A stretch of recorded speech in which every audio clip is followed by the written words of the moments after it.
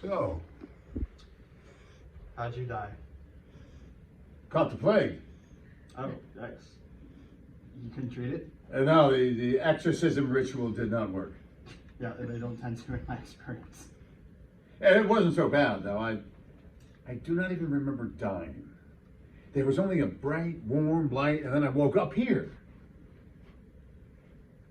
This garden looks really nice anyway. It is this endless extension, and it's well maintained. I cannot complain. How'd you die? Actually, I can't remember either. One moment I was on my way home, and the next I was in this garden reading that sign, Tree of Knowledge, Forbidden. Well, what was the last thing you saw? Well, now that you mention it, I also saw a huge flash of light. There was a loud rumbling sound from behind my car. What is a car? It's going to be a long day. Do you give me the Kupar? What's a Kupar? It's a small boat. It's like, yeah, I suppose, a small boat for traveling on land. Sort of like a chariot that travels on roads. Oh, yeah, exactly. Oh, so you've already invented wheels? Oh, that's so great. What do you think, I'm a savage? Kind of, yeah. Of course we have wheels. I'm a Babylonian. My people have built the most advanced civilization in the world. Oh, Babylon. Wait, isn't that the ancient city that was rumored to have been destroyed by God after they tried to build a tower to heaven? It is not a tower to heaven. It is a monument to human achievement. And pardon me, did you say destroyed? Yes, sir. I mean, I'm not religious or nothing, but I think that's just what happens to people who eat the forbidden fruit of knowledge. You picked an apple. Are you trying to incur the divine wrath? We've only been here for 5 minutes. Relax, I was joking about the divine wrath thing. I mean, let's be real. Gods don't kill curious humans. Curious humans kill curious humans. Well, do what you must. But I will not be risking my place in the afterlife. But that's just it. I don't believe we're actually dead. Maybe curiosity is what got me here, but it's also what's going to get me out. Who are you?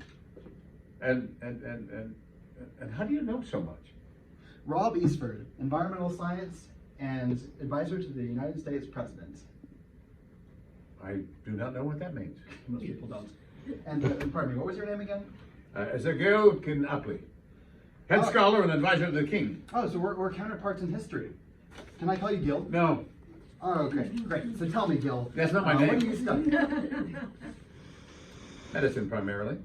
I have spent the past several years compiling texts from countless different medical traditions and media into a single treatise, the Diagnostic Handbook, a diagnostic guide for physicians, explaining how to inspect symptoms and identify the divine sender of the disease. What's a divine sender? The one that is causing the disease, obviously. Sure. Why are you laughing? Because you're a funny ancient man. What is funny? I'm sorry. I don't mean to belittle your beliefs, but you're just wrong. It's just funny to watch you presenting your divine sender theory with such confidence. Oh, enlighten me then, oh wise Rob Future Man. Delighted. See, we've learned, among other things, that disease is sometimes caused by extremely tiny creatures called bacteria or viruses that invade the body. And sometimes it's physical or chemical agents coming in contact with the body that disrupt the inner regulatory mechanisms, you know.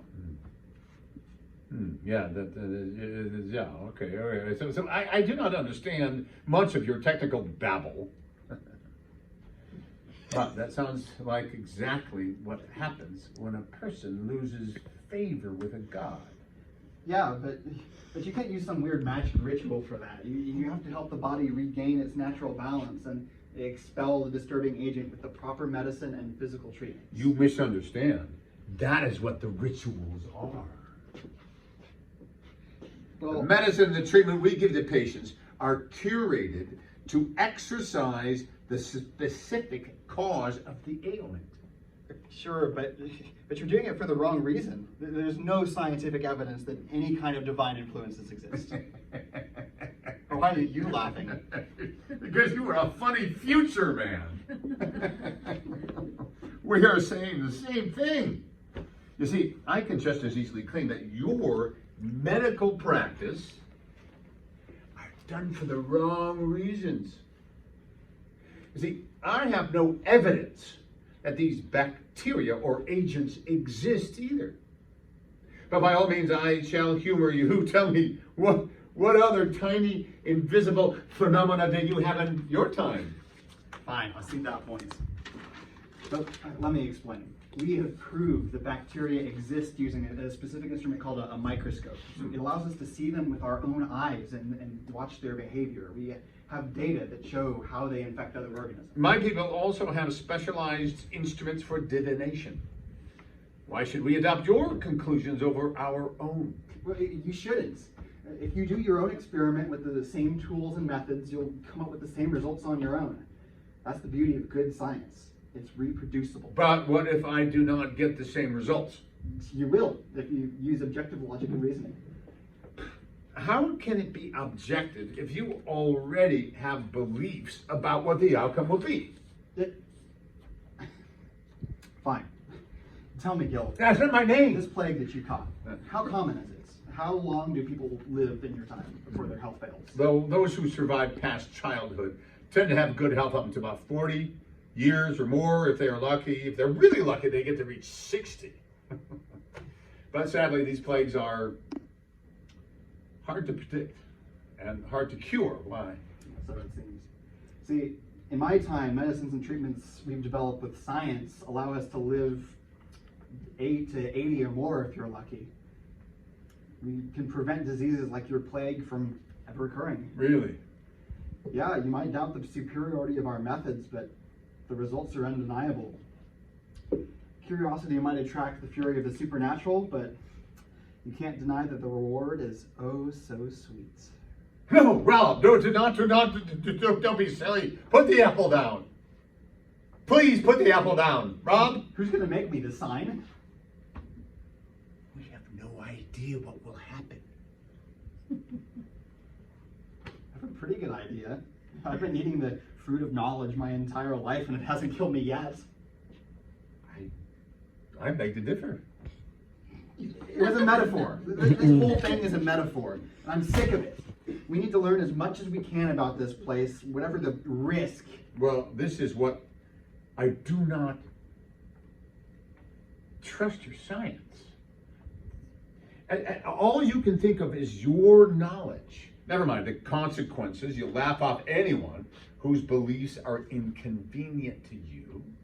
But what will you do when your assumptions eventually fail you? How can you be so ignorant? God. The most important part of the scientific method is that we don't assume to know anything, not even our religious beliefs. Ideas are not accepted as truth until they are shown to be reproducible. We have to be sure that event A causes event B every time. But my friend, it seems to me that you do have a major assumption here. What's that? Well, if A caused B in the past, then A will continue to cause B in the future. In my experience, when the gods are involved, it is not nearly that simple. Well, that is an assumption. Causality is a fact of nature. The laws of physics have time symmetry, you know? There's no scientific evidence for a series of experiments that produce different results. So, because your theory of causality has worked in the past, it must continue to work in the future. That sounds like precisely the same assumptions to me. I reject it. Well, what's your alternative then? We're just doomed to live in chaos? Rob, do not be so silly. Of course, there is an order that the universe obeys, and I believe it is knowable. But I also believe this order is the steward of divinity. Some mysteries are to be respected. Well, then how do you differentiate knowable order from mystery? I suppose it is similar to your bacteria. Some things are plainly visible. The storms are due to an imbalance of water between heaven and earth. Diseases are due to an imbalance of humors within the body. These are unbroken universal orders, but as to why these imbalances form, one could spend their whole life thinking about that mystery. So you admit it, that most things are still a mystery for you. Of course. But despite your arrogance, I suspect the same is true of you, my friend. And you're right, I suppose. It's hard to admit sometimes, though, how small we really are in the grand scheme, you know? Is that why you want to eat the apple? By gaining the knowledge of this garden outside of time, you can feel like you're more in control of it? Something like that, I guess. But come on, curiosity must be tempting you too. Don't you feel that shiver when you look at the apple? Don't you hear it calling you? I have to admit, I'm slightly curious. Sometimes it's good to be curious. It's driven humanity to some of our greatest accomplishments. We've harvested the energy of the earth. We've traveled to the moon. The moon. How come God did not smite your people down from heaven? That was a joke before about the whole smiting thing. Well, it's not so much God smiting us as it is ourselves, I guess. Oh. Is there a great war? No. Most of us have done away with the need to fight each other physically, but we have weapons so deadly and powerful that no one dares strike first because retaliation would literally destroy the world. What? Our cities are so large, they affect the balance of nature, the climate is degrading rapidly, and large parts of the earth are dying. Those are very bad omens. Could your scientific method not see that? Of course it can, but our leaders refuse to see it that way. Even though the air grows hotter year by year, and rampant wildfires spread as infectious diseases proliferate, they won't act. All they can think about is progress. Never mind the consequences. Laugh off anyone whose beliefs are inconvenient to them. Finally, you are making sense. You see, this curiosity, this hunger for knowledge, is what I was warning you about. I see that now. But the apples by themselves are just apples. What matters is why we're picking them. I still believe that the fruit of that tree can guide us to life and prosperity, but used unwisely, it can just as easily unleash the depths of hell. It's up to us, my friend. Then, you really do not believe we are dead? No, Isagil Kinapli, I don't. You said it yourself. You don't remember actually dying. And neither do I. Somewhere in this strange order the universe follows, there's got to be hope. Then why have we ended up in this garden outside of time? Maybe this is a mystery that should be respected. But that's not important. What is important is that we're both preeminent scientists in pivotal points in human history. You at the height of one of the biggest ancient civilizations, and me at the moment of no return for the health of the planet. What is a planet? Classic Gil. That's my name. But you are right. We scholars have a responsibility to uphold. To humanity. To humanity. Yeah.